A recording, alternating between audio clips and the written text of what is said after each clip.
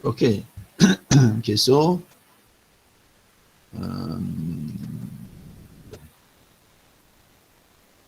okay, semua boleh nampak Boleh, Prof. Boleh. Okay, good. Okay, so penggunaan steam. Okay, so steam adalah basically wap air. Okay, so bila kita ada air, maka kita beri haba air dalam keadaan dalam fasa cair. Okay, pada suhu bilik, and then kita berikan haba pada dia, maka suhu dia akan meningkat. Okay, dan kemudian ia akan bertukar fasa, okay, menjadi steam ataupun wap air. Okay, so itu yang kita akan bincang untuk kali ini. Okay, sekejap saya rasa saya kena tulis sikit kan.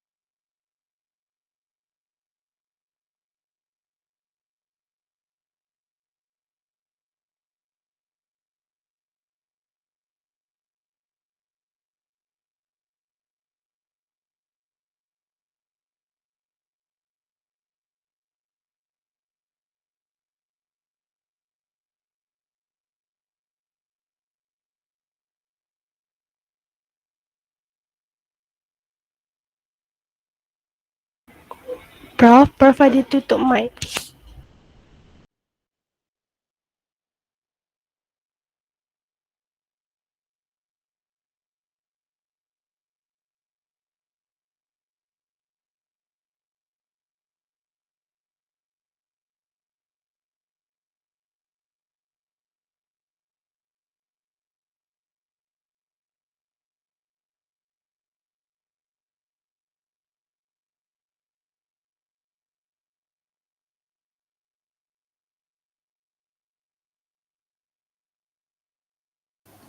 Prof.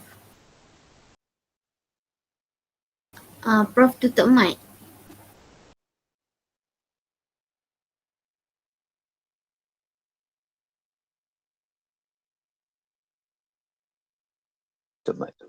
Okay, boleh dengar.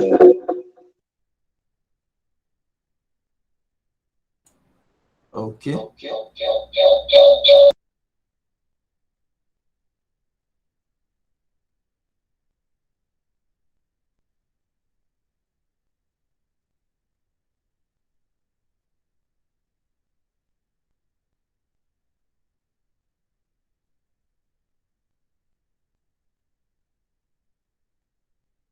Okay.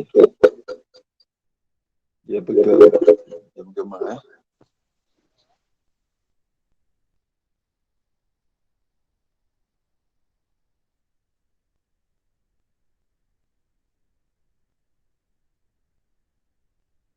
Okay. Oh, dah balik.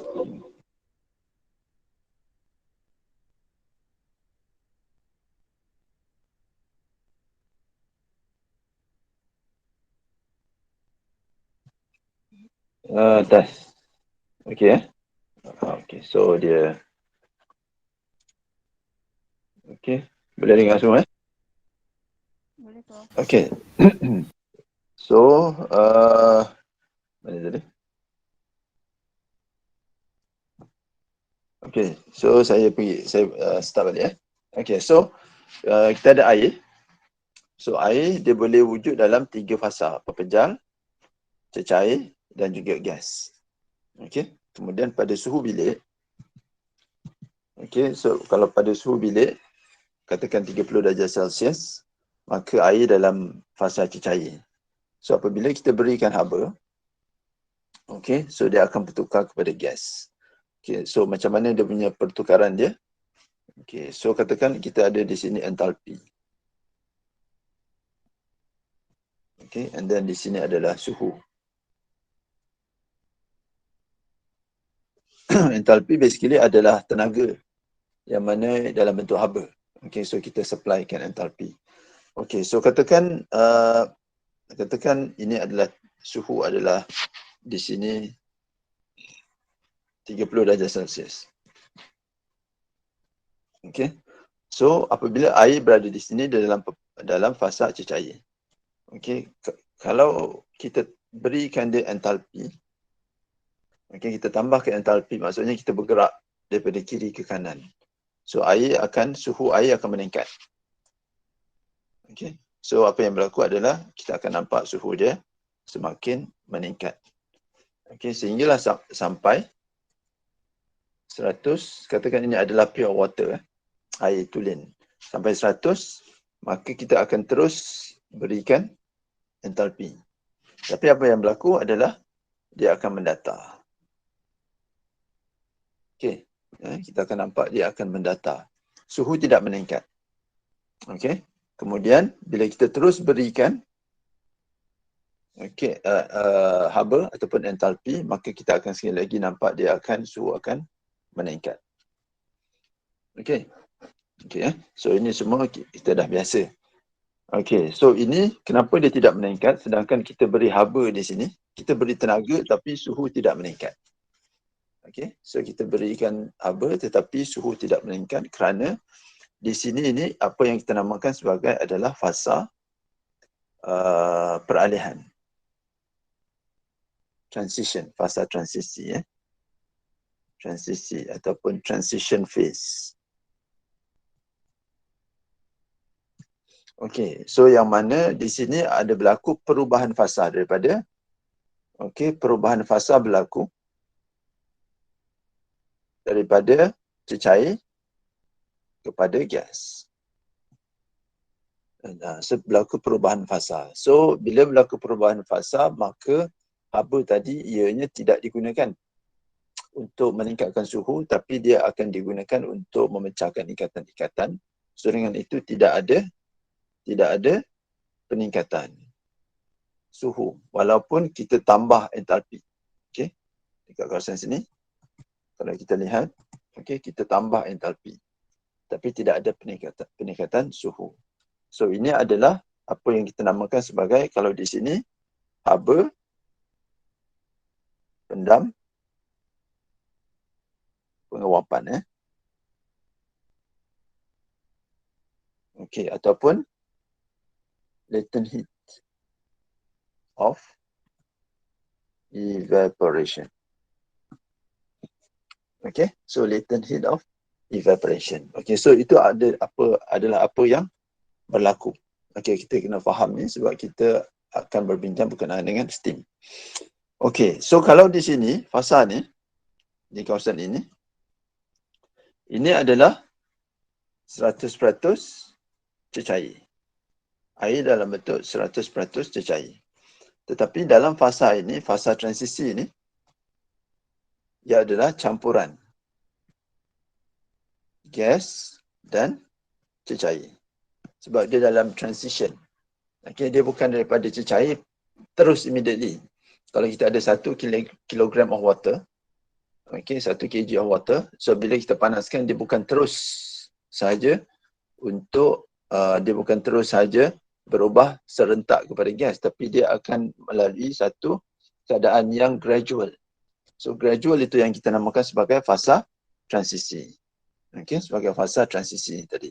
So dalam fasa transisi itu akan ada pencampuran antara gas dan juga dalam bentuk fasa gas dan juga fasa cecair. Until dia sampai di sini, yang mana selepas ini apabila kita tambahkan lagi dia punya entalpi, maka di sini adalah 100% gas.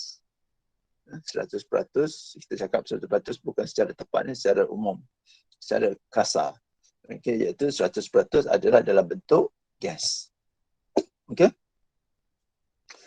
Okey, so kembali kepada kita punya discussion. Okey, so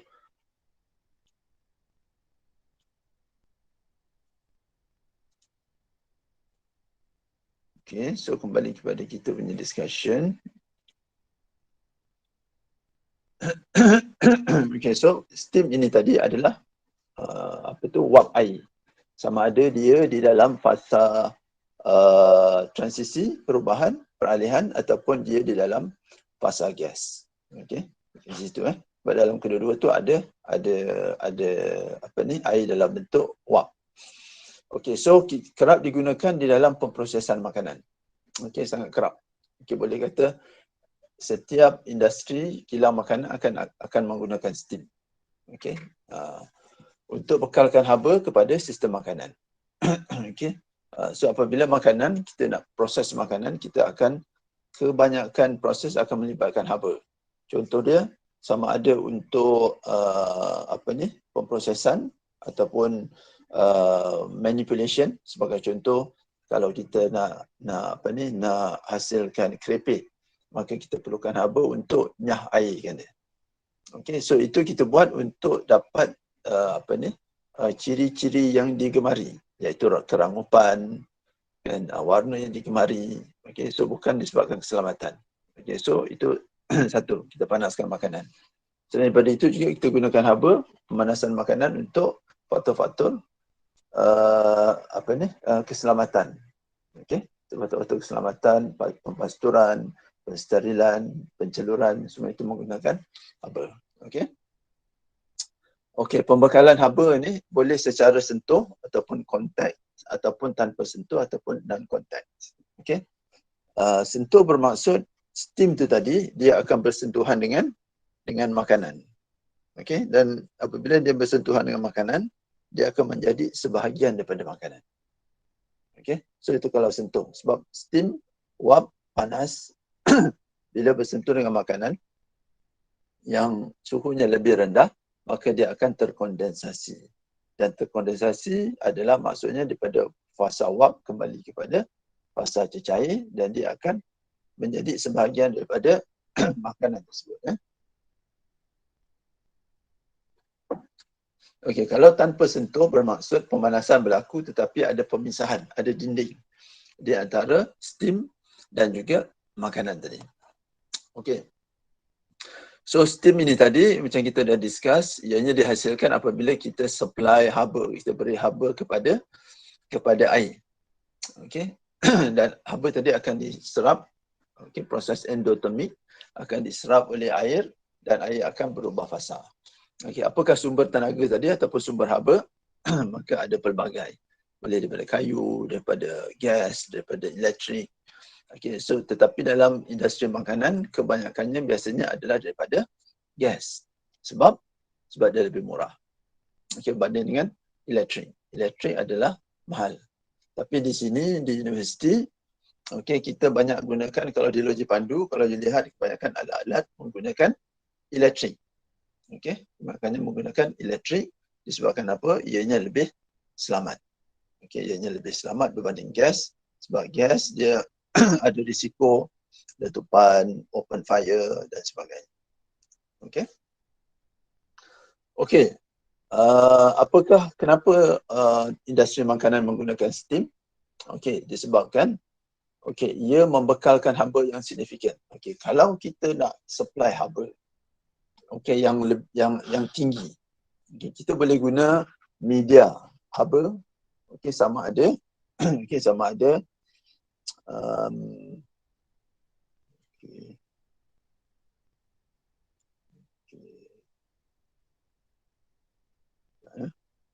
Rasa susah juga macam ni.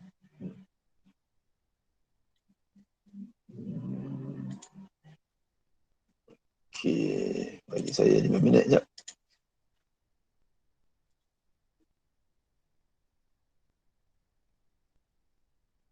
Okey.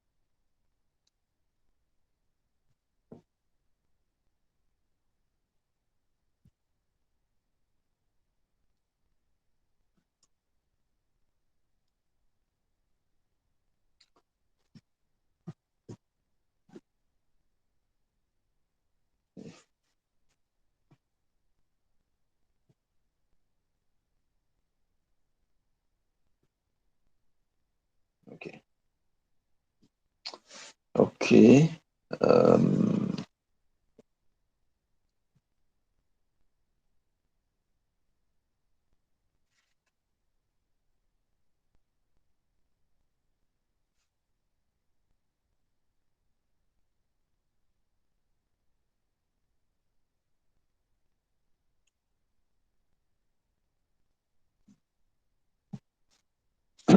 Okey ya. Okey, so macam ni lagi mudah. Okey, so okey, tadi kita kata kita perlukan haba Oh, sorry. Okey. Okey, so sekarang kita ada air. Okey, so air. So kita nak supply dengan haba untuk hasilkan steam. Okey, so haba ni boleh datang daripada apa-apa bahan api. Okey, sama ada kayu ke ataupun gas ataupun electricity. So biasanya yang ini disebabkan kos yang lebih rendah. Okey, disebabkan apabila dalam industri makanan, kos memainkan peranan yang sangat-sangat penting. Dan kita boleh buat banyak inovasi, tetapi kalau kosnya terlalu tinggi, maka perkara tersebut biasanya dia tidak akan diamalkan. Okey, so kos adalah sangat-sangat penting. Okey, so selepas itu, apabila kita dah panaskan, untuk kita panaskan kita haba, so kita haba, kita panaskan air untuk dapatkan steam. Okey. Selain daripada itu, kita juga ada alat-alat yang menggunakan minyak ataupun air. Ataupun air pun boleh juga. Ini semua kita namakan sebagai media pemanasan. Kerana apabila tujuan kita adalah kita ada produk, sekarang ni kita nak sampaikan ini adalah haba, sumber haba. Kita nak sampaikan sumber haba kepada produk. So apakah di tengah-tengah ini adalah dia punya media. Okey, ada media yang mana menggunakan udara. Contohnya adalah oven. So oven dia ada dia punya pemanas. Bila kita masukkan kita punya dough ataupun kek, adunan kek kita onkan, maka pemanas akan memanaskan udara di dalam oven, kemudian udara tersebut akan akan membawa haba tadi dan akan memberikan haba tadi kepada produk tadi. Okey. So media dia adalah udara. Ada juga media yang mana air dalam bentuk cecair. Sebagai contoh, kita rebus. Okey, rebusan. Apabila kita letak periuk ataupun bekas, kita letak air dalam tu, kemudian kita panaskan bekas tersebut. Contohnya kita gunakan dapur, api daripada dapur. So api tadi akan memanaskan air, air tadi akan memanaskan produk tadi. Okey, yang kita masukkan dalam periuk. So dia punya media dia adalah air. Okey, kemudian ada juga media yang mana ianya adalah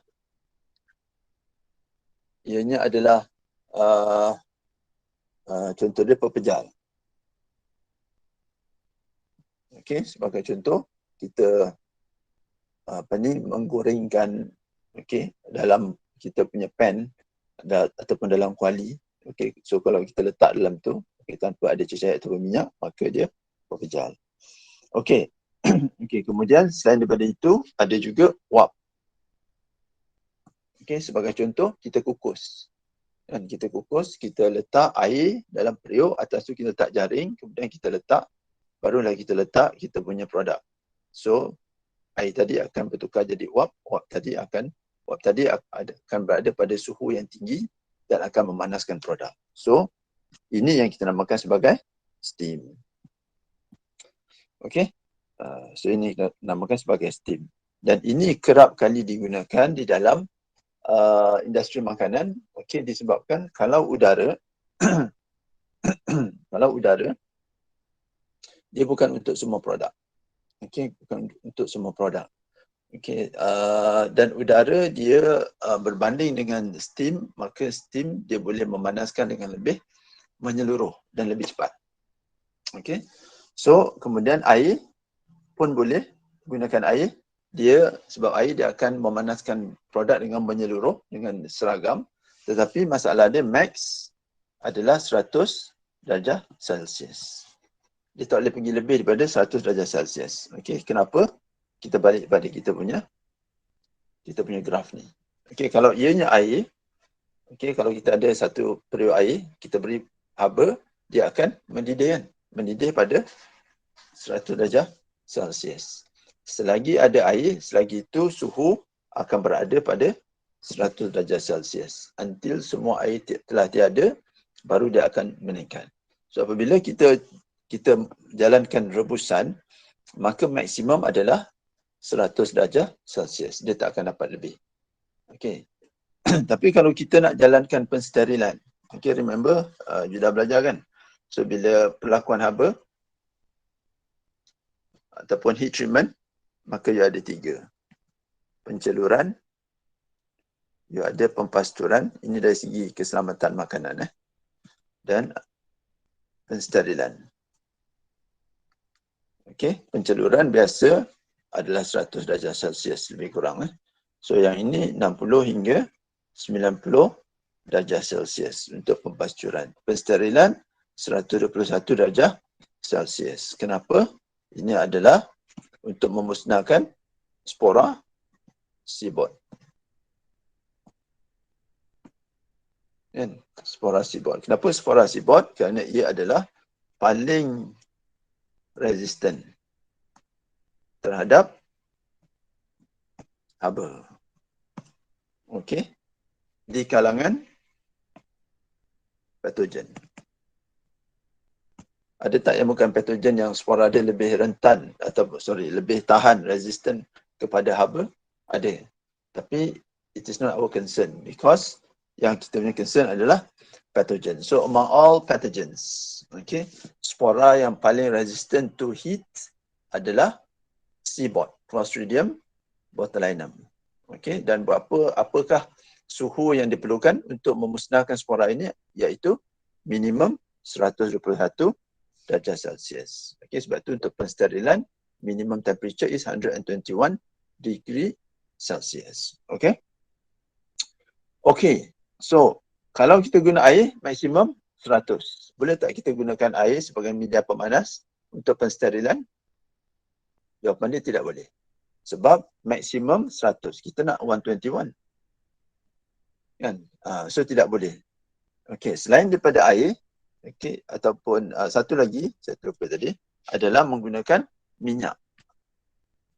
Minyak boleh tak dia capai 121 darjah Celsius? Boleh, sebab dia punya boiling point dia lebih tinggi, sangat-sangat tinggi.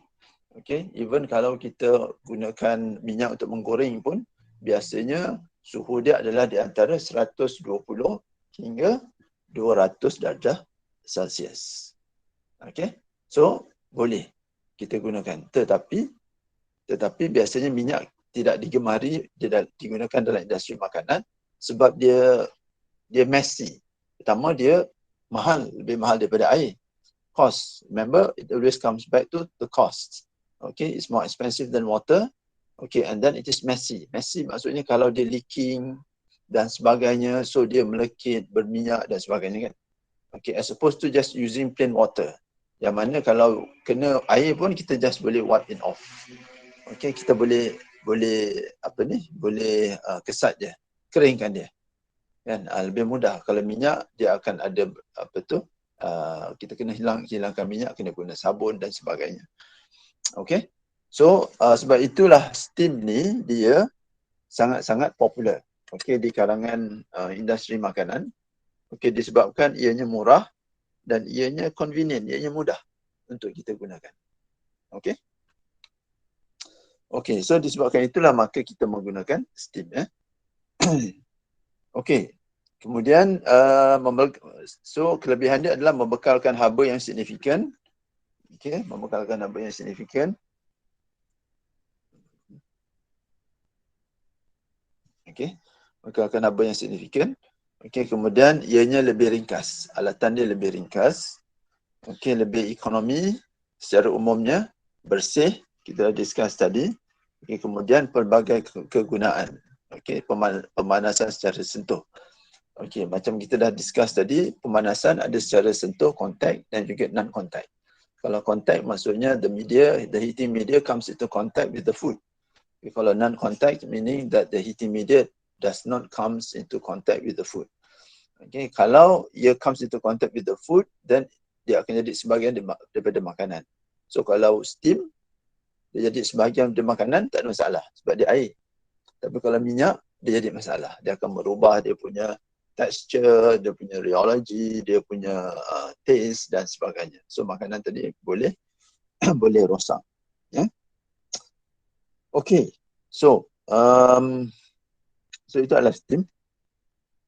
Okay, so kalau kita tengok, okay, beberapa istilah. Okay, beberapa istilah. Okay, pertama adalah cecair tepung ataupun saturated liquid. Ia adalah air yang berada di dalam keseimbangan dengan wapnya pada takat didih.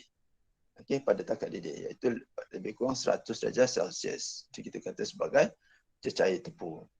Okay, boleh berada pada mana-mana suhu dan tekanan. Kenapa kita kata mana-mana suhu dan tekanan? Disebabkan tekanan akan mempengaruhi suhu didih air. Tekanan akan mempengaruhi suhu didih air. Okey, so kalau suhu didih air adalah lebih tinggi,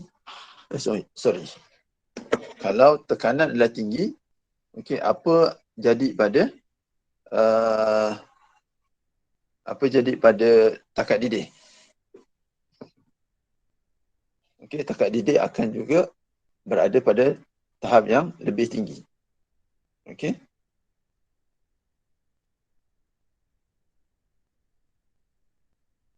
Okay, sekejap saya kena reply ni. Meeting. Okay, ada kuliah. Okay. Okay. Okay. So kalau tekanan rendah, okay, maka suhu takat didih air juga adalah lebih rendah. Okay. Okay, so sebab itulah steam dia boleh mempunyai suhu lebih tinggi daripada air. Okay. Okay, so boleh berada pada mana-mana suhu dan tekanan. So asalkan ia berada dalam keseimbangan pada takat didih, maka itu kita namakan sebagai cecair tepu ataupun saturated liquid. Okey, kalau wap tepu pula adalah wap yang berada di dalam keseimbangan dengan air pada takat didih. So pada takat didih kita akan ada saturated liquid dan juga saturated vapor. Okey. Okey, kemudian sama juga boleh berada pada mana-mana suhu dan tekanan. Okey, kemudian wap panas lampau adalah wap pada mana-mana tekanan dan suhu. Okey, yang mana kandungan habanya lebih dari kandungan haba wap tepu. So apabila kita terus panaskan wap ini tadi, maka dia akan menjadi wap panas lampau ataupun superheated vapor. Okey. Okey, kemudian quality steam. Apa yang dimaksudkan dengan quality steam? Okey, ianya adalah pecahan wap kepada cecair. Okey, so ini adalah apabila steam yang kita gunakan itu adalah steam yang terhasil yang masih lagi di dalam fasa transisi. Okey, remember daripada cecair. Okey, daripada cecair. Okey, di sini.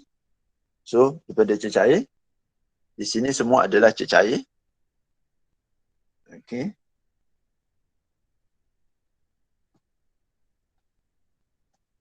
Okey, so di sini semua cecair. Di sini semua gas. Di sini ada kedua-duanya. Okey, so kebanyakan steam yang terhasil adalah daripada kawasan ini. Okey, so apabila dia daripada kawasan ini bermaksud dia adalah campuran gas dan juga cecair.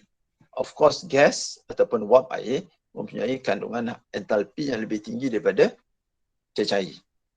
Okey, so dengan itu apabila kita sebut tentang quality steam, okey, ianya merujuk kepada pecahan wap kepada cecair. Okey, so bergantung kepada sejauh mana proses penguapan telah berlaku, iaitu proses fasa transisi tadi. Kalau fasa transisi tadi pada awal, okey, katakan di sini. Okey. So, pada kawasan ini, maka ianya lebih banyak air daripada wap. So, air lebih daripada wap. Tetapi kalau di kawasan ini, lebih wap lebih daripada air. So dengan itu tengah-tengah ianya adalah bercampur. Tetapi apabila kita bergerak daripada kiri ke kanan, maka lebih bahagian ataupun pecahan wap akan meningkat dan pecahan air akan menurun.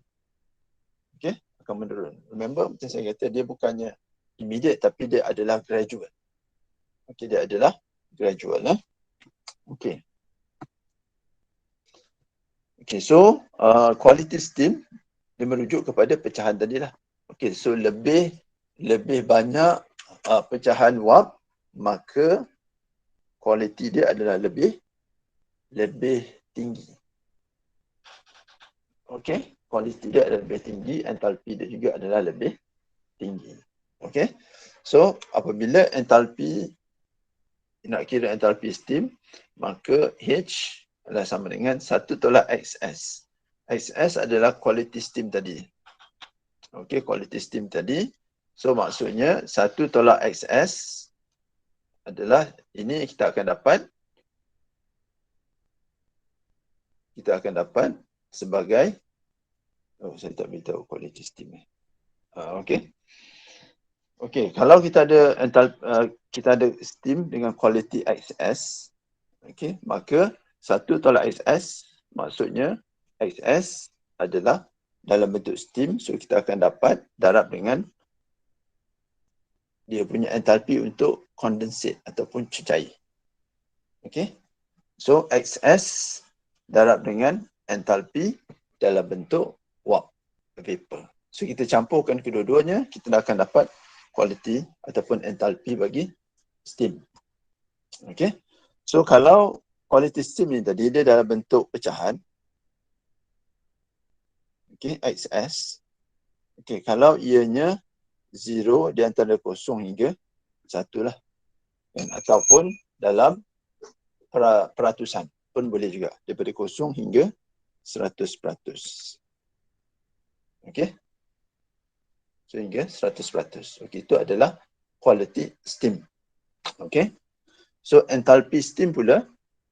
Okey, enthalpy, sorry, kita dah discuss tadi. So, enthalpy steam adalah portion pecahan bagi condensate darab dengan enthalpy bagi condensate dan pecahan steam ataupun wap air darab dengan enthalpy wap air tadi.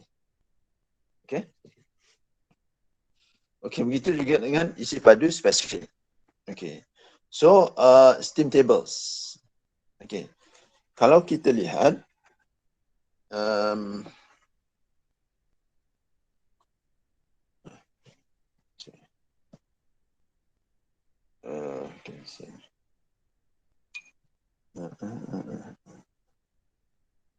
saya buka.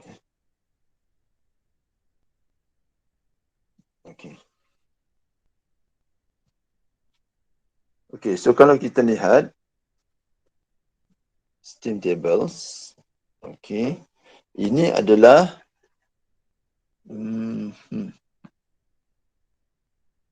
saya pun tak tahu macam mana nak pusingkan dia.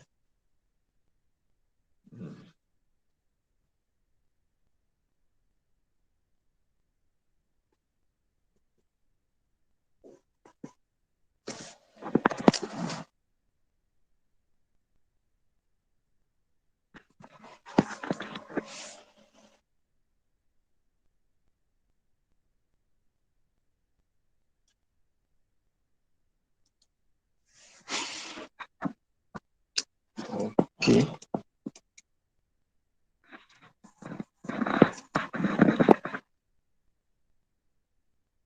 You all ada ke? Ini. Macam mana saya nak pusingkan dia? Okey. Okey, so kalau kita lihat di sini, okey, kita lihat di sini. Kalau kita bermula daripada A, you all semua boleh download ya. Kalau kita bermula daripada A dan kita bergerak di sepanjang garisan ini kepada D. Okey, so kalau mula daripada A, kita bergerak daripada A kepada D. So kalau A ini adalah bentuk cecair, B ini adalah dalam bentuk equilibrium dia. C, okey, C, B dengan C dalam bentuk cecair dan gas, dan D dalam bentuk gas. Okey, so ini adalah pressure enthalpy diagram pressure enthalpy diagram untuk steam dan juga water. Kalau kita lihat di sini, okey, ini adalah saturated liquid curve dia. Ini saturated liquid curve. Okay, and then sama juga dia ada saturated vapor curve. Okay, kemudian ini adalah liquid dekat sini, sini adalah gas. Okay, dalam bentuk gas. Tapi ini adalah superheated vapor. Ini adalah supercooled liquid. Okay, so kalau kita beri haba kepada cecair, so maka dia akan melalui, okay, so dia akan melalui melintasi ini. So dalam kawasan ni semua ni, ini semua adalah fasa transisi yang mana ada pencampuran ada dalam kedua-dua bentuk, iaitu cecair dan juga gas. Okey, dalam fasa ini. Okey, so semakin dia ke sana, kalau dalam sini semuanya adalah gas. Okey, so kalau kita boleh tentukan pada suhu berapa, apakah dia punya pada tekanan berapa, apakah dia punya takat didih dia, dan apakah dia punya entalpi daripada jadual ini. Tapi ianya kompleks, susah. Okey, so dengan itu para penyelidik, okey, so para penyelidik telah mengubah untuk jadikan yang lebih simple. So ini juga steam tables, okey, tapi ianya adalah lebih ringkas. Okey, ianya adalah lebih ringkas. So kalau kita lihat di sini ada temperature, suhu. Ini adalah vapor pressure, iaitu wap air dia. Okey, yang mana ianya boleh kita kata secara umumnya adalah suhu di mana air akan mendidih. Okey, so the vapor pressure, dia air akan mendidih. Okey. So,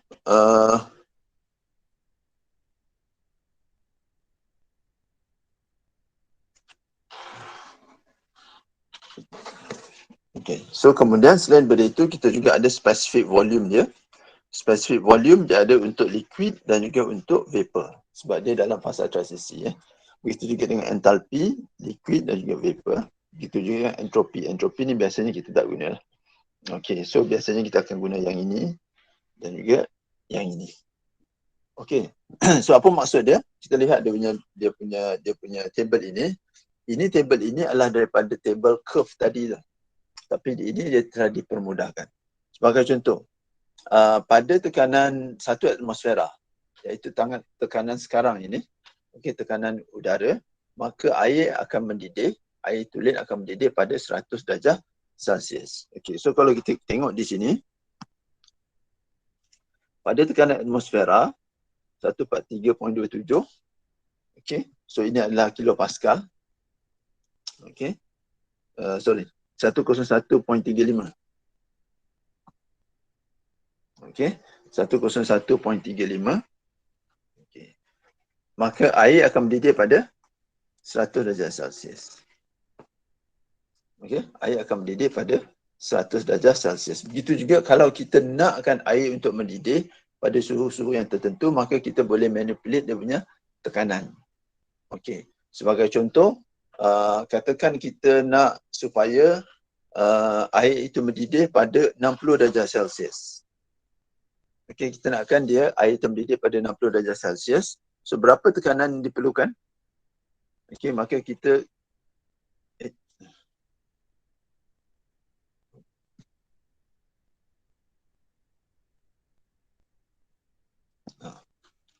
okey, berapa tekanan yang diperlukan? Ianya adalah lebih kurang 20 kilopascal. So maksudnya kita kena turunkan tekanan sehingga 20 kilopascal dan air akan mendidih pada 60 darjah Celsius.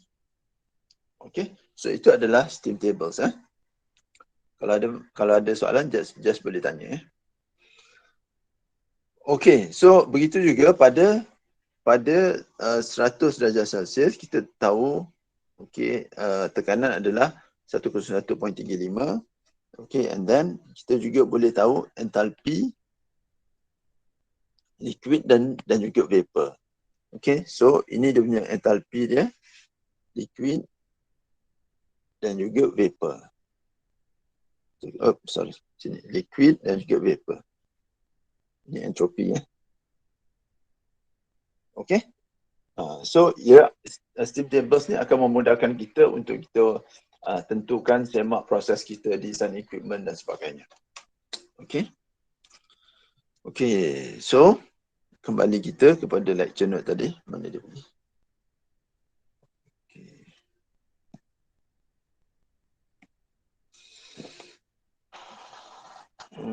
Penggunaan steam. Okey, so itu adalah tadilah.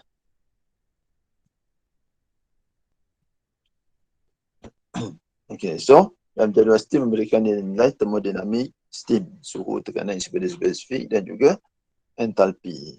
Okey, so sebagai contoh, tentukan isi padu dan enthalpy steam pada 120 darjah Celsius dengan kualiti 80%. Okey, 80%. Okey,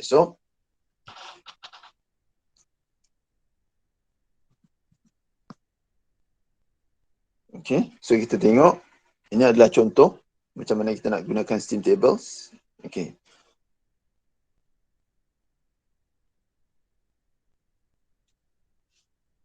Mana tadi? Okey.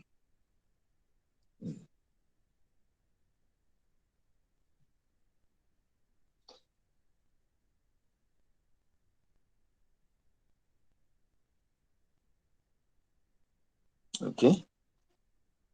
Bukan.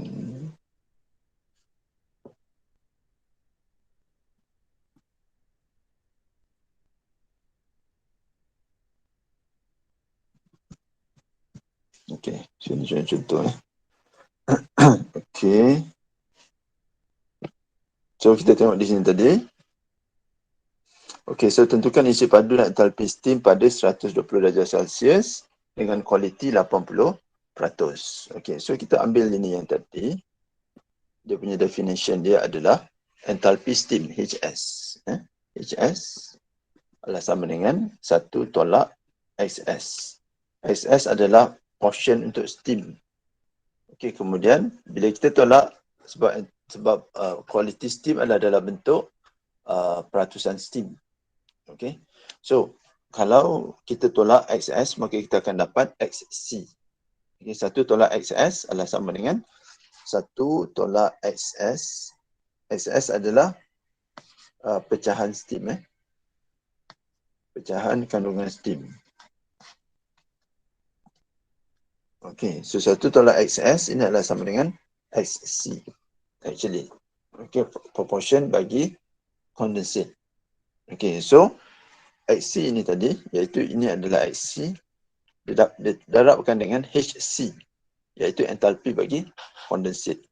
Okay, and then lepas tu, ini adalah entalpi bagi condensate, campur dengan entalpi bagi steam.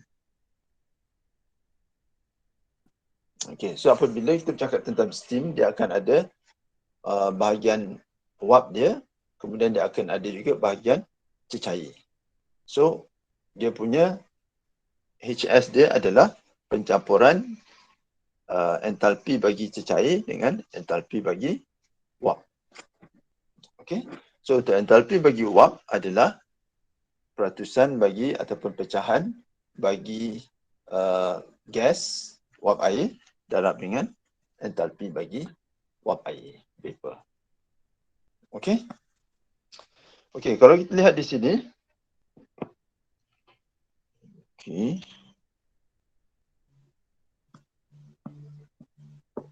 Okey, so kalau kita nak tentukan, tadi kita ada XS.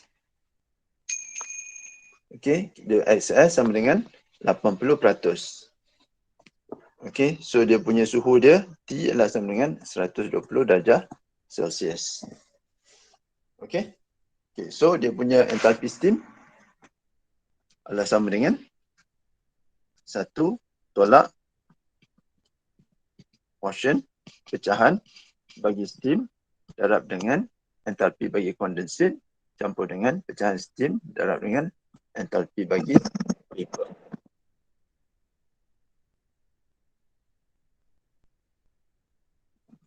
Okey. Okey, so dia punya excess adalah 80%. So kita masukkan di sini sama dengan 1 tolak 0.8. Darab dengan HC adalah pada 120 darjah Celsius campur dengan 0.8 darab dengan HV, okey, juga pada 120 darjah Celsius. Melainkan kalau dia kata condensate tadi adalah pada suhu yang berbeza lah. Okey. Okey, so dengan itu kita akan dapat di sini ini 1 tolak 0.8 sama dengan 0.2. Okey, darabkan dengan HC. Okey. Okey, HC pada 120 darjah Celsius. Okey.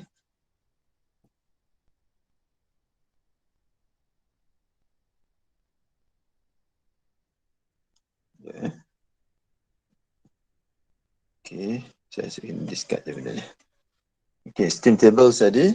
Oh, silap table. Okey. So HC kita ada 120 darjah Celsius di sini kan. Okey. So dia nakkan HC dia. HC adalah di sini. Liquid. So kita turunkan dia sampai dia ada di sini. Okey. Kemudian kita juga perlukan nanti HV. HV pula adalah di sini. Pada 120 darjah Celsius. Okey. Okey, so yang ni 503.7 Okey, so kalau kita lihat di sini, okey, so darab dengan 503.7 kilojoule campur dengan 0.8 darab dengan HV adalah tadi 2706 okey, kilojoule lebih kurang So ini you akan dapat dia punya jawapan dia. Okey tak? Boleh faham Boleh doktor. Okey, good. Okey, guna steam tadi. Okey. Okey, so isi padu pun sama juga Okey, kemudian kita ambil satu lagi contoh. Okey, kalau kita ada susu dalam bentuk cecair dipanaskan dari 60 hingga 115 darjah Celsius pada kadar 500 kg per jam. Okey, menggunakan steam sebagai sumber pemanasan. Okey, penukar haba yang digunakan mempunyai kecekapan 85% dengan kualiti steam 90%. Penukar haba je dah belajar dah kan? Okey, so macam mana kita kalau kita ada sumber haba, kita nak berikan kepada produk, maka kita menggunakan penukar haba. Okey, kita akan menggunakan penukar haba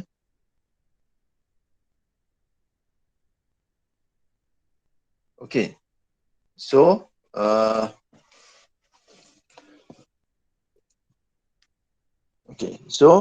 penukar haba yang digunakan mempunyai kecekapan 85% dengan kualiti steam 90%.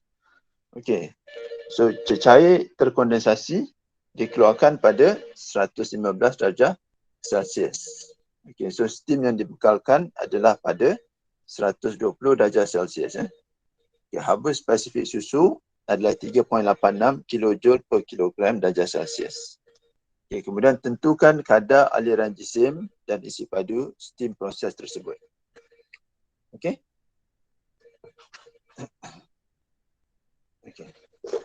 Sekejap Yang leci.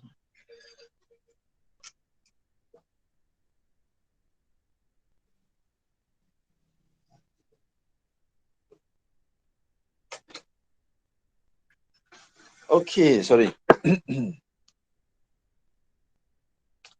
Okey, so sekarang bila you jumpa macam ni, okey, so apa pertama sekali yang you kena buat adalah lakarkan. Kalau nampak berserabut, okey, so lakarkan Okey, so contohnya yang ni. Okey.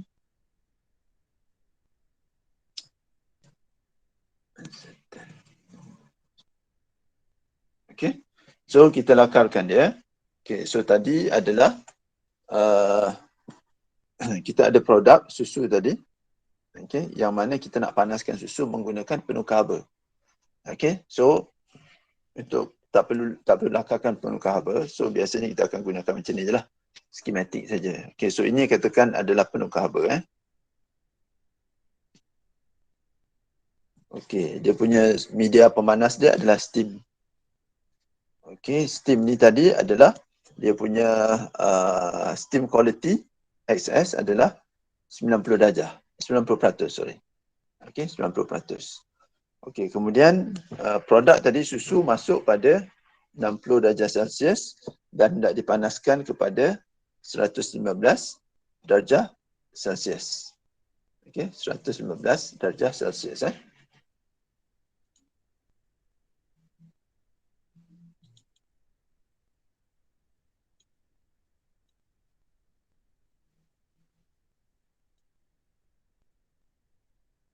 Okey. Okey. Okey. Dan dia punya output dia adalah 500 kilogram sejam. Okey, 500 kilogram sejam menggunakan steam tadi. Dan dia akan menghasilkan kondensat pada 115 darjah Celsius. Okey, kondensat tu datang daripada mana? Daripada steam ni tadi. Okey, so bermaksud ianya adalah penukar haba tidak sentuh. Non-contact. Okey, non-contact bermaksud steam itu tadi tidak bersentuhan dengan makanan. Okey. Steam ini tadi ianya pada suhu yang tinggi, katakan kita ada surface. Okey, T surface adalah rendah. Okey, T permukaan TP adalah rendah. T steam adalah tinggi. So apabila dia kena pada permukaan, maka dia akan terkondensasi. Condensation akan jadi cecair. Dan sebab tu kita akan nampak ada wap-wap air di sini. Macam kita ada gelas yang ada ais. So di luar air di dalam gelas, tetapi disebabkan sejuk, maka udara di luar akan terkondensasi. Sebab tu di bahagian luar gelas itu akan ada titisan-titisan air. Mana datang air itu daripada udara. Okey, yang terkondensasi ya. Okey, so steam ini pada suhu yang tinggi, apabila dia kena kepada permukaan, okey, maka dia ada Q iaitu haba yang tinggi. Sini ada Q yang rendah. Q yang rendah. Okey, so dia akan transferkan dia. Okey, dia akan transferkan haba. Sebab haba dia akan bergerak daripada suhu yang tinggi kepada suhu yang rendah. Okey, so always remember, okey, dia seolah-olah macam cerun. Kalau dia ada suhu yang tinggi, maka ada suhu yang rendah. Maka bila ada perbezaan akan ada cerun, maka haba akan bergerak daripada suhu tinggi ke suhu yang rendah secara spontan walaupun kita tidak input kerja. Okey, maksudnya kita tidak beri apa-apa. Kalau kita input kerja, okey, kalau ianya berlawanan, maka ianya perlu input kerja. Okey. Okey, so kalau sebagai contoh di hujung sebelah sana, di sudut sana ada api, so lama kelamaan kita pun akan rasa panas. Disebabkan haba daripada sumber api tersebut akan bergerak ke arah kita sebab suhu kita rendah, suhu dia lebih tinggi. Okey. So apabila ada cerun akan ada perpindahan haba. Okey, bila ada cerun akan ada perpindahan haba secara spontan. Okey. Okey, so ini adalah kita punya sistem yang tadi yang kita nak selesaikan ni ya. Okey. Okey, so sekarang kita dah ada, dia masuk 60, dia keluar 115, kondensat pada 115, steam input dia adalah ada suhu tadi. Suhu steam yang bekalkan adalah pada 120 darjah Celsius. Okey, steam pada 120 darjah Celsius. Okey. Okey. Okey, so sekarang ni apa yang dia kendaki adalah dia nak satu lagi adalah kecekapan penukar haba adalah cuma 85% saja. Okey, apa maksud dia? Maksudnya adalah andai kata, okey, kalau kita ambil penukar haba, katakan penukar haba plate. Okey. So ini adalah plate. Okey, so ini kita lalukan steam. Yang ini kita lalukan produk.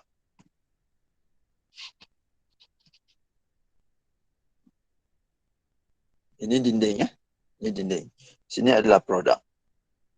Dia tidak bersentuh kerana dia ada pada ruang yang berbeza. Tetapi ini adalah suhu yang tinggi. Ini adalah suhu yang rendah. So apa yang berlaku? Sebabkan dia ada kecerunan. Suhu tinggi, suhu rendah. Bila ada kecerunan, maka akan berlaku perpindahan haba. So haba daripada sini akan berpindah ke sebelah sana dan memanaskan produk tersebut. Okey. Kalau kecekapan dia adalah 100%, bermaksud 100%, kita ambil haba sebagai Q, 100% Q akan dipindahkan. Tetapi dalam soalan ini, dia punya kecekapan cuma 85%. Bermaksud, cuma 85% saja daripada haba ini yang dipindahkan. So bermaksud kalau kita supply 100, okey, 100 haba, 100 kilojoule haba katakan, dan cuma 80 saja yang akan, daripada 85 saja yang akan dipindahkan. Okey, mana pergi yang 15% lagi? Dia akan hilang ke sekitaran ataupun dia masih lagi ada di dalam steam ni tadi. Okey, maksudnya tidak semua dipindahkan. Okey. Okey. So kembali kepada kita punya ini. Okey, so sekarang kita dah tahu apa yang diberikan. Okey, so apa soalan dia? Tentukan kadar aliran jisim dan isi padu steam proses tersebut. So dia punya kadar aliran jisim adalah berapa? Okey, untuk steam. Okey, so berapa banyak steam yang kita kena supply untuk kita dapat capai ini. Okey, so bila kadar aliran, biasanya notation dia macam ni ya. Okey, notation dia adalah macam ni, iaitu dia ada M, S, M adalah mass, S adalah steam, and then kadar biasanya dia akan letak dot. So kalau you nampak macam tu, maksudnya ianya adalah kadar. Okey, kadar jisim. So kadar aliran jisim. Okey. Daripada soalan ini, okey, kita tahu ini adalah proses batch proses ataupun proses selanjar ataupun continuous process. Sebab apabila kita jalankan pemprosesan makanan, dia ada dua proses, dua jenis. Satu adalah dari segi batch, satu lagi adalah dari segi dinamakan sebagai continuous. Okey, batch process adalah dia buat satu persatu. Sebagai contoh, kalau dia nak buat pemanasan, maka dia akan ambil sampel, katakan 10 kg of sample, and then dia akan panaskan. Siap, maka dia akan ambil lagi 10 kg. So ini kita namakan sebagai batch process. Okey, tapi kalau satu lagi adalah continuous process. So continuous process adalah dia berterusan. Okey, dia berterusan. Okey, sebagai contoh, kalau macam kalau dari segi pemanasan, kalau dari segi batch, mungkin kita ada periuk, okey, ataupun container yang mana kita panaskan dia. Okey, and then kita masukkan produk kita. Katakan 10 liter. Okey, so itu adalah dinamakan sebagai batch process. Okey, boleh juga satu lagi mana maksudnya yang lebih canggih adalah continuous. Continuous adalah sebagai contoh, kita ada, okey, so dalam sini adalah air pada suhu yang tinggi. Okey, so produk ini tadi dia akan masuk di sini, dia akan dipanaskan di dalam, ni semua ada tube ada tube, so dia tidak bersentuhan dengan air panas ni tadi. Okey, so tetapi dia akan dipanaskan, kemudian akan keluar. So apabila yang ini keluar, ada je yang masuk. Dan itu kita namakan sebagai continuous. Biasanya dalam industri makanan, continuous bila dia baru start, usually dia akan guna batch process sebab cost dia adalah lebih rendah. Okey, cost alatan. Tapi batch process ini cost dia rendah. Okey, dia punya cost dia adalah rendah. Okey, kalau batch ini secara umum batch process. Okey, initial cost is low. Okey, tapi dia punya production pun slow juga. Production low. Okey, tapi kalau continuous process, okey, initial cost adalah tinggi. So, you kena beli the whole line. Okey, kena siapkan. Okey, tetapi production adalah juga tinggi. Okey, so apa kalau you punya syarikat, apa yang you nak nasihat ataupun you nak buka syarikat baru? Okay, so usually kita akan gunakan batch process dulu. Kalau demand dah melebihi, dah steady, Okey, maka kita boleh invest untuk continuous process. Alat untuk continuous process. Okey, dalam kes ini yang kita punya permasalahan ini, macam mana kita tahu, nak tahu dia batch ataupun continuous process. Okey, so kita lihat. Okey, di sini. Okey, lihat di situ dia kata 500 kg per hour. Kalau dia 500 kg per hour, maka ianya adalah a continuous process. Okay, so it is a continuous process. Sebab dia ada per hour. Kalau dia batch process, dia tidak ada per hour. Dia cuma ada 500 kg saja. Contohnya. Okay, itu adalah batch process. Okay. Okay, so macam mana kita nak selesaikan masalah kalau ianya continuous process? Okay, sebab bila yang hujung sana keluar, yang hujung sini ada masuk. Kan? Jadi apa yang kita kena buat adalah kita kena pause kan proses tersebut. Macam mana kita nak pause kan? Contoh kalau macam you buat video ke, kan you buat apa TikTok ke, Instagram ke apa benda, kan kalau you nak tengok dengan lebih detail, okay, maka apa you buat? You pause video tersebut.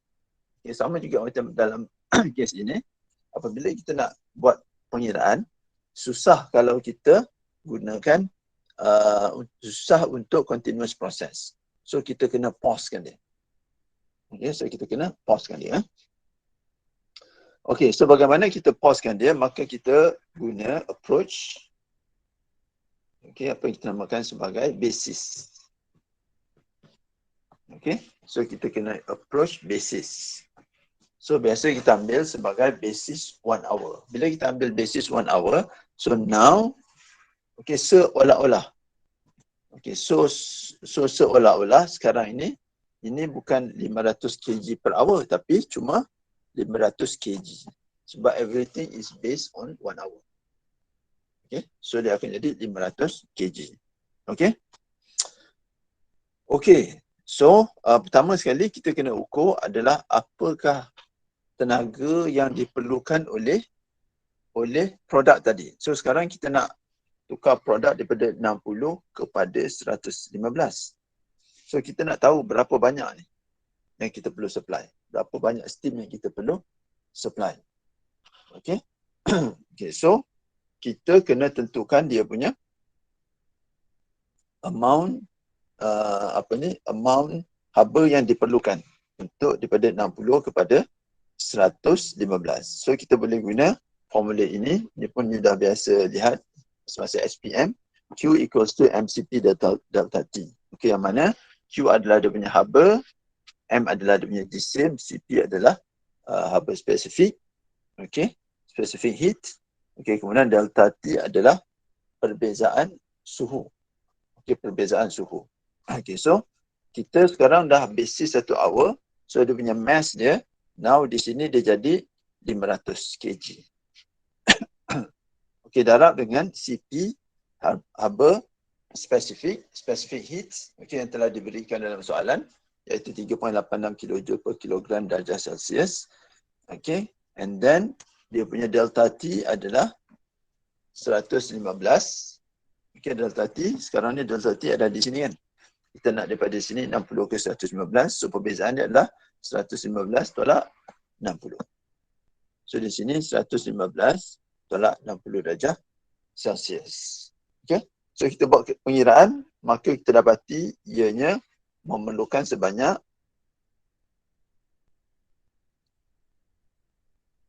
106,150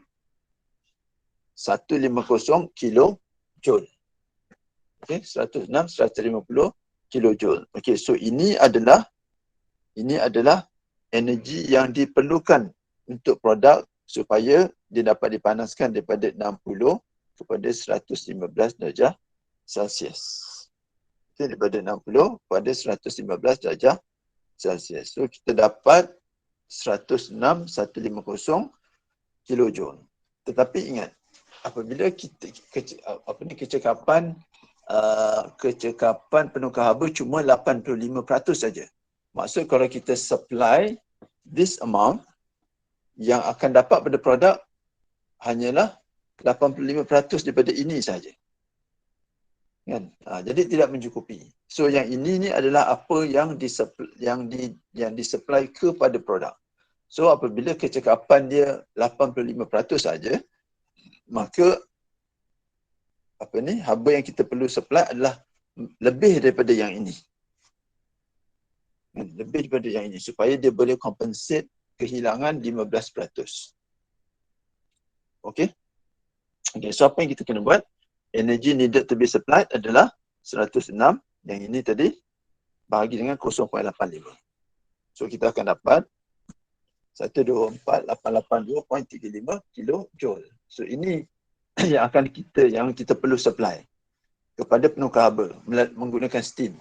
So apabila kita supply daripada sini 85% saja, iaitu yang itu akan diterima oleh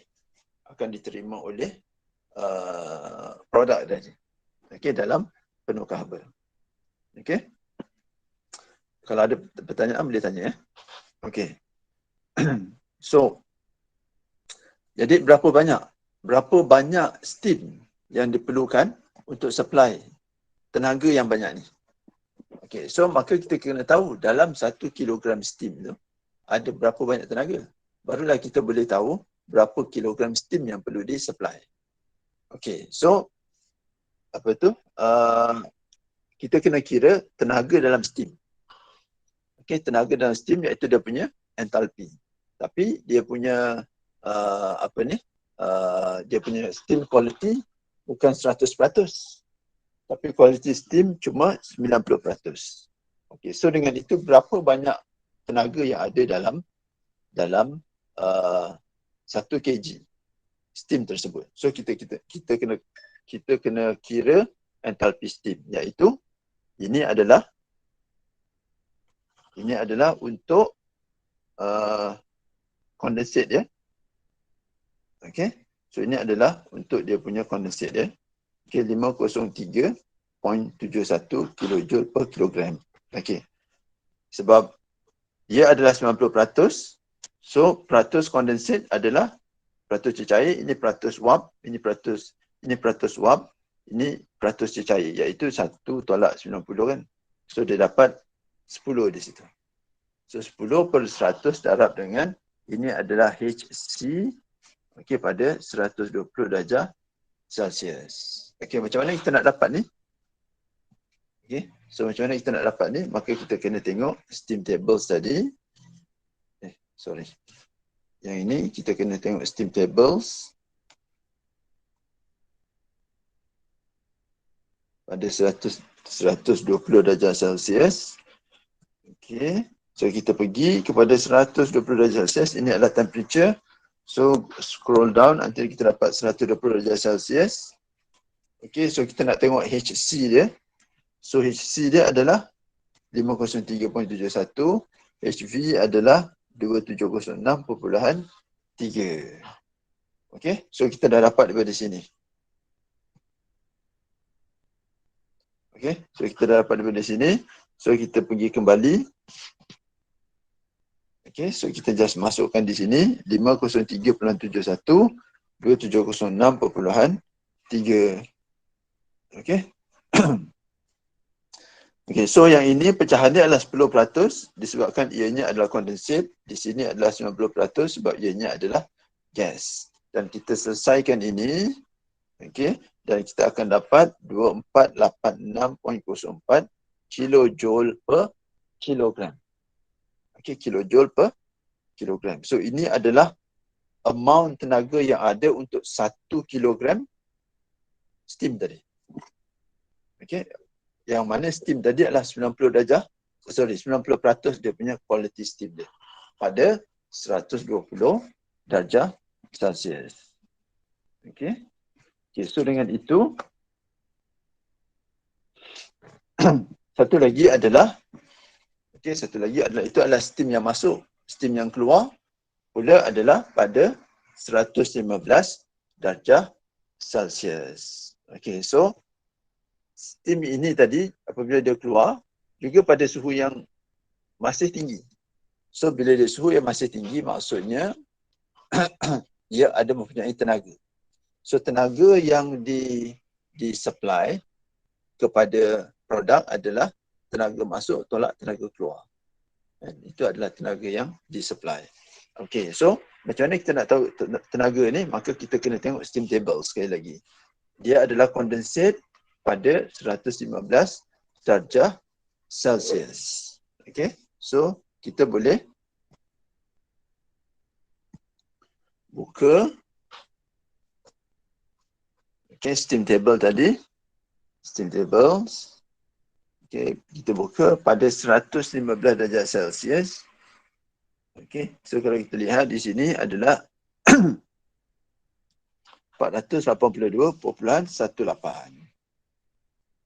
Okay.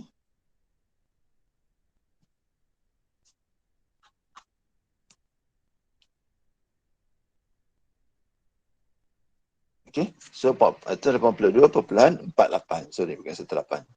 Okay, so jadi energi yang disupply oleh steam adalah energi dalam steam tolak dengan energi yang terkeluar dengan condensate tadi. Okay, yang terkeluar dengan condensate. So, ini adalah amount tenaga yang boleh supply kepada produk makanan tadi. Okay, yang boleh supply kepada produk makanan.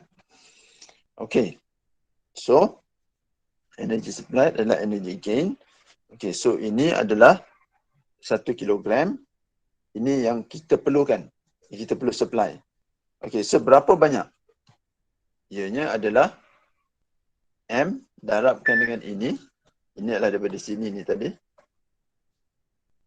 Okay, sama dengan 124. So, M adalah, ini bahagi, dapat lebih kurang 62 kilogram. Itu ke jawapan dia? Bukan. Jawapan dia mestilah kilogram per jam. Okey, tadi tu cuma berdasarkan basis saja. Tapi jawapan sebenar mestilah kilogram sejam. Okey? Okey, ada soalan tak?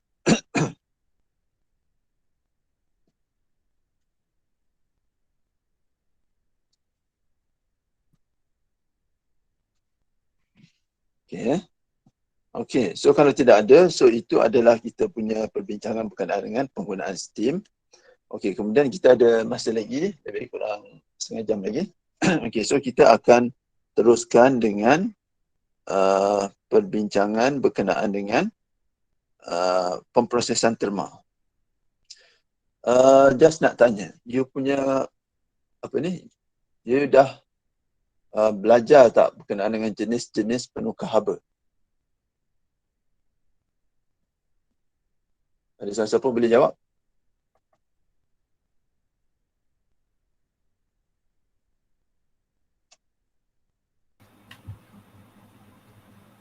Dah Doktor.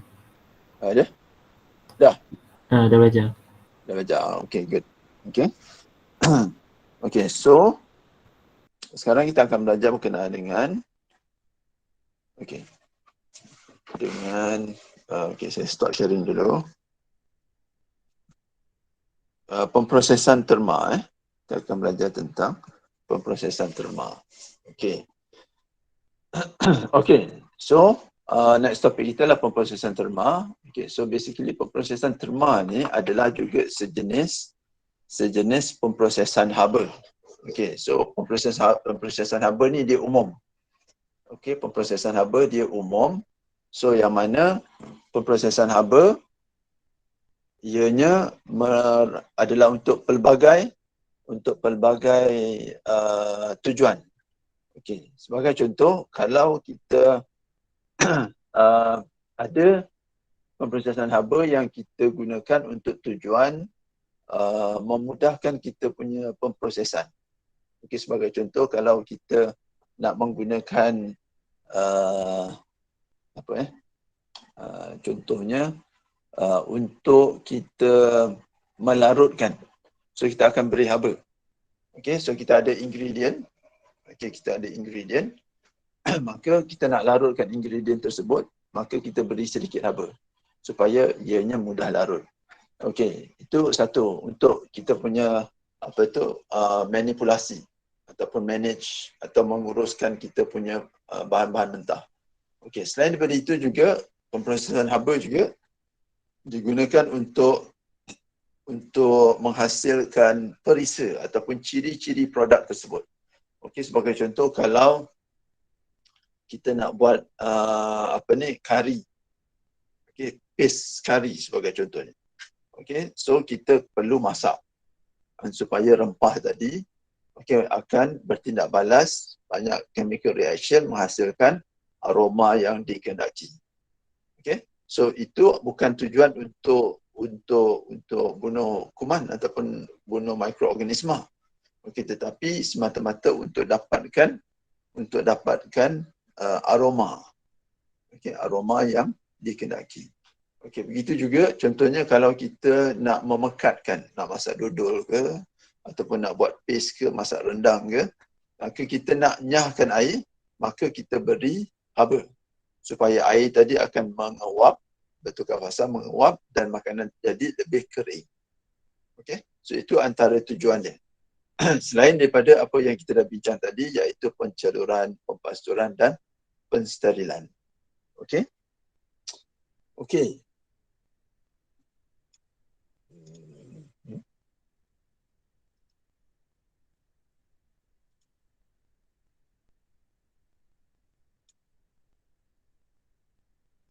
Sekejap.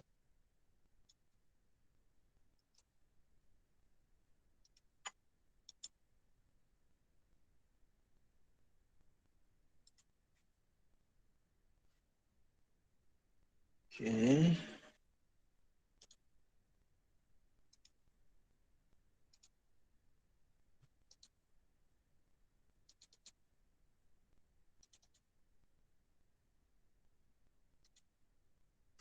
Okey. Okey, tetapi apabila kita bercakap tentang pemprosesan terma.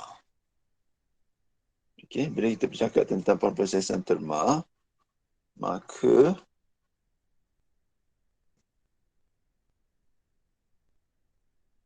okey.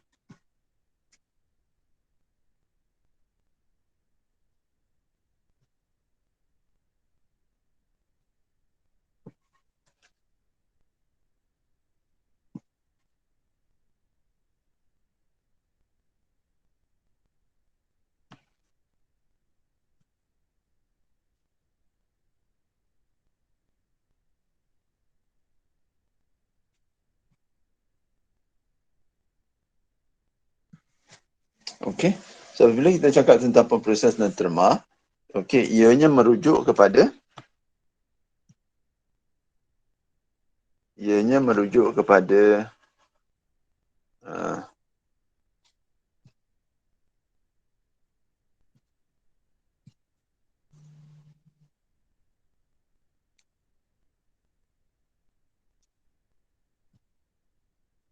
okey. So ianya merujuk kepada ciri-ciri keselamatan. Okey. Pemprosesan terma ianya adalah satu istilah yang lebih spesifik yang mana pelakuan haba ini bertujuan untuk tujuan keselamatan makanan. Okey. Ingat tak lagi bila you tahun 1 dulu bila kita belajar tentang pengawetan makanan, mesti ambil berat ataupun memastikan dua aspek. Satu keselamatan, satu lagi adalah kualiti makanan. Keselamatan adalah bermaksud ianya melibatkan kesihatan. Okey, whereas quality adalah ciri-ciri yang di-prefer, yang disuka oleh pengguna. Okey, so kena dua-dua. Okey, tapi apabila kita bercakap tentang pemprosesan terma ataupun thermal processing, ianya merujuk kepada pemprosesan untuk keselamatan makanan. Okey, untuk keselamatan makanan ya. Okey. Okey, antaranya adalah penceluran. Okey, so member penceluran tetapi penceluran ini kalau ianya okey secara umumnya okey makanan. Okey, so kalau kita ada makanan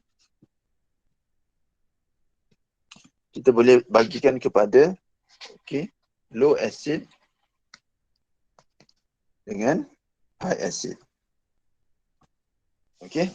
So kalau low acid bermaksud pH lebih daripada 4.5. Kalau high acid maksudnya pH dia adalah lebih rendah daripada 4.5. pH dia. Jadi kalau pH dia kenapa 4.5? Ianya adalah yang mana kalau pathogen tidak boleh tumbuh.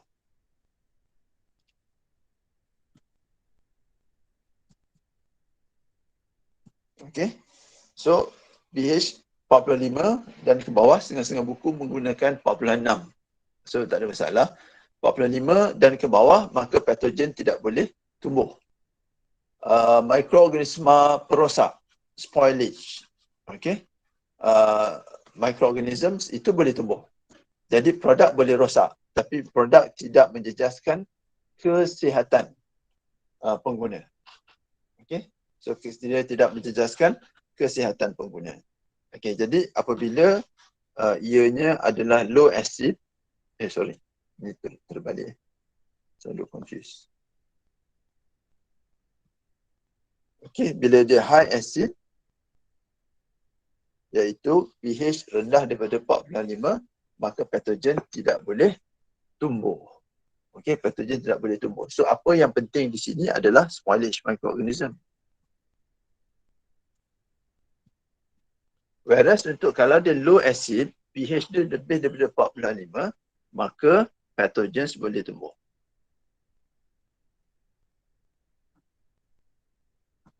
Patogen boleh tumbuh. So maksudnya fokus kita adalah patogen. Sebab antara keselamatan dan kualiti makanan, maka keselamatan adalah wajib. Ianya adalah wajib. Maksudnya kita tidak boleh abaikan. Tidak ada pilihan. Mesti. Kita mesti pastikan makanan itu selamat. Kualiti adalah untuk kita. Iaitu supaya produk itu diterima oleh pengguna dan akan memberi keuntungan kepada kita.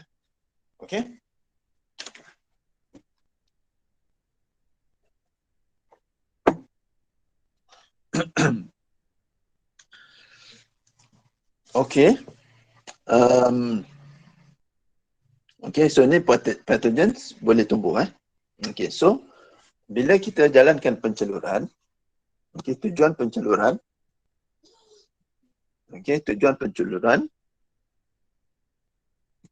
adalah kalau pH dia less than 4.5, maksudnya dia high acid, maka penceluran adalah untuk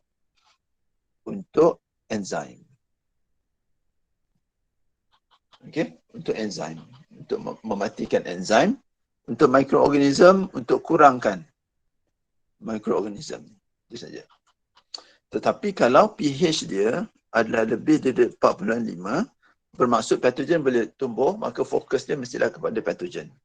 Iaitu penceluran ialah untuk musnahkan patogen. Untuk musnahkan patogen. So berbeza. Tujuan dia berbeza bergantung kepada dia punya pH dia. So bergantung pada pH dia. So kalau untuk pempasturan,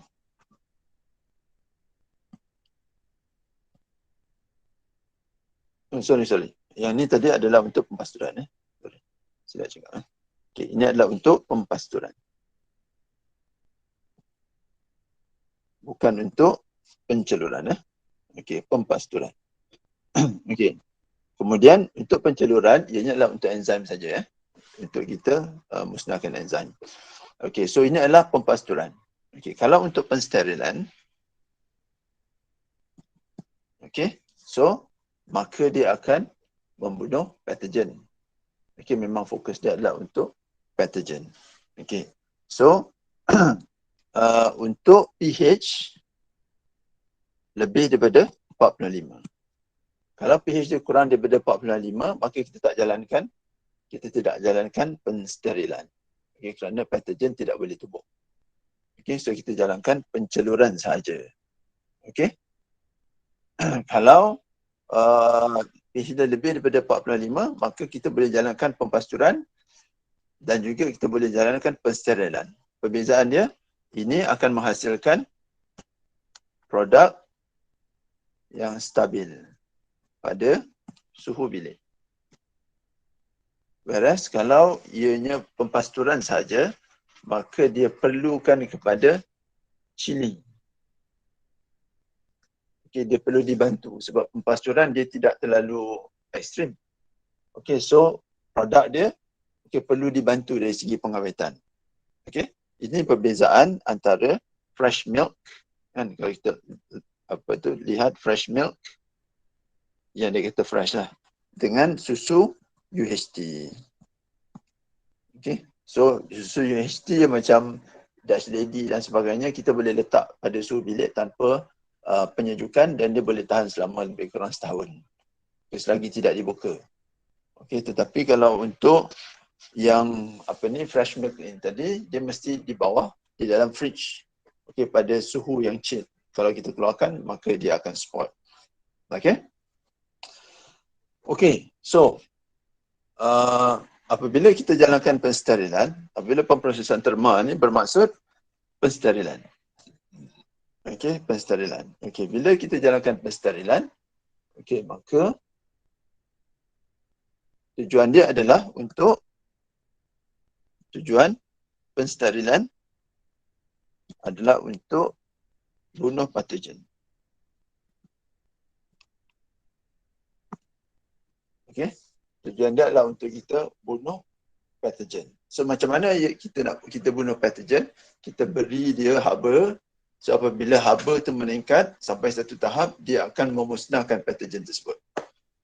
Okey, dia akan memusnahkan patogen tersebut. So sekarang ni, okey, kita ada haba, kita bagi bunuh patogen. Okey, persoalan sekarang ni adalah satu, berapa suhu dia? Yang kedua, berapa lama?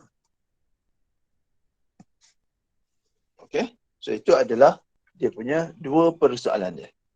Okey, dua persoalan yang apabila kita nak jalankan pensterilan. Okey, so berapa lama? Berapa suhu dan untuk berapa lama? Okey. Okey, so itu yang akan kita discuss Okey, so suhu yang tinggi berpotensi mempunyai keupayaan untuk membunuh mikroorganisma. Okey, suhu yang tinggi mempunyai keupayaan untuk membunuh mikroorganisma. Okey, so macam mana dia? Banyak mana? Okey, so kita lihat. Okey, kita lihat kalau di sini. Okey, iaitu corak pemusnahan mikroorganisma pada suhu yang malar. Okey, so pada suhu malar, okey, suhu yang malar, okey, pemusnahan mikroorganisma adalah mengikuti persamaan ini. Okey, minus dN over dt sama dengan Kn. Okey, bila kita kata minus dN over dt, okey, ini adalah bermaksud perubahan N. Perubahan N pada setiap perubahan masa yang kecil. D.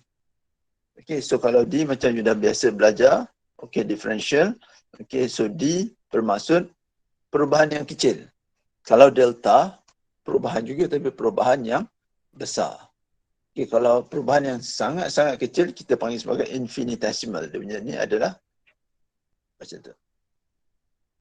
Okey, so infinitesimal. Okey, so D ni bermaksud perubahan N pada setiap perubahan masa.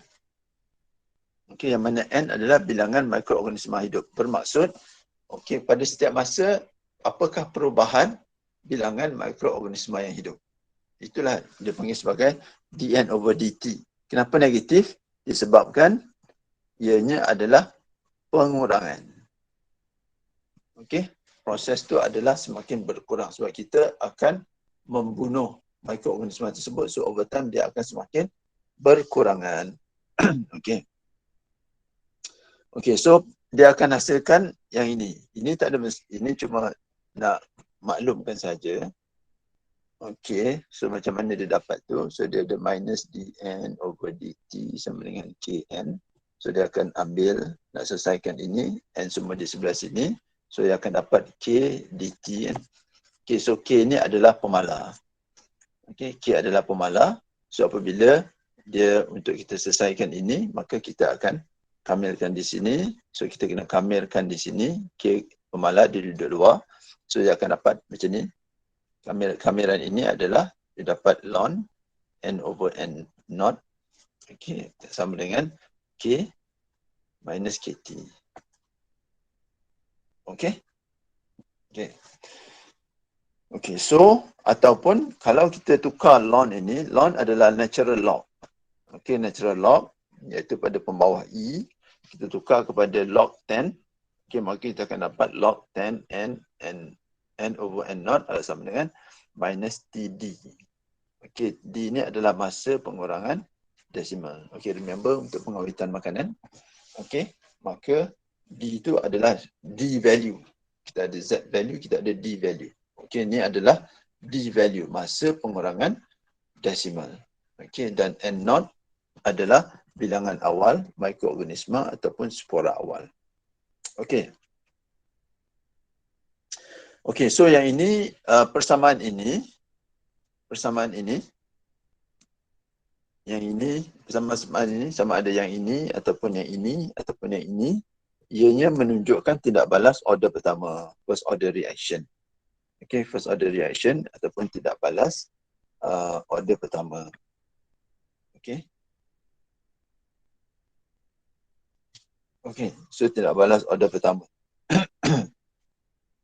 Okay, so apabila kita plotkan lawan, plotkan log n di sini, log n, lawan t akan berikan graf garis lurus. Okay, so kalau kita juga terdapat berapa bentuk graf. Okay, so kalau kita plotkan, mana dia punya contoh dia?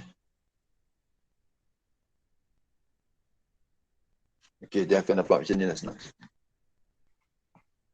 Okey, dia akan dapat graf garis lurus. Okey, so dia akan pengurangan. So ini masa, ini adalah nilai n. Dia akan berkurangan. Okey. Okey. Dia punya plot dia.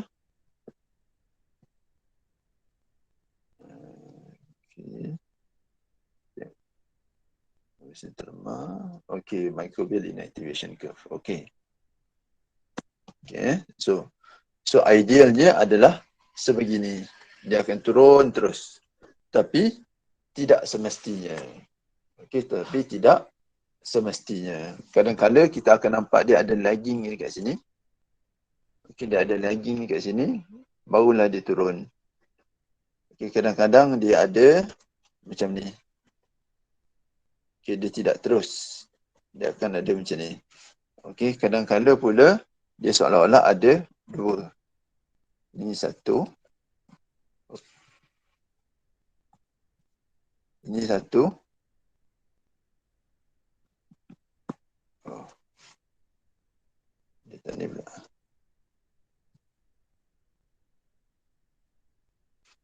Okey. Okey, so dia ada satu, dia ada dua. Okey, di situ Okey, so yang pertama ni tadi adalah yang ideal lah. Ini adalah yang ideal. Okey. Kemudian yang kedua ni, kenapa dia tidak terus turun, dia ada lag dekat sini.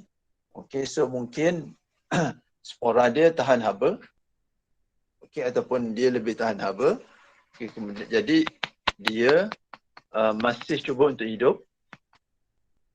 Okey, kemudian dia kalah. So dia menurun. Okey. sama juga macam yang ini. Okey, dia ada macam resistant, kemudian baru dia turun. Okey. Okey, kemudian yang ini pula dia ada dua ni. Okey, disebabkan oleh mungkin ada, ini bukan culture yang tulen.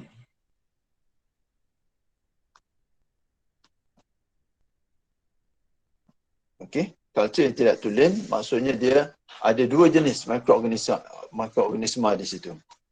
Okey, sebab tu dia ada satu and then ada dua. Okey, kemudian yang akhir sekali tu adalah dia ada echo kat sini. Dia slow, dia tak terus turun.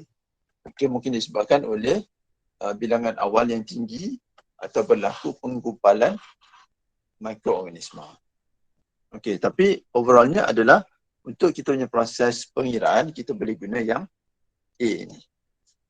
Okey, kita gunakan yang A ni ya. Okey.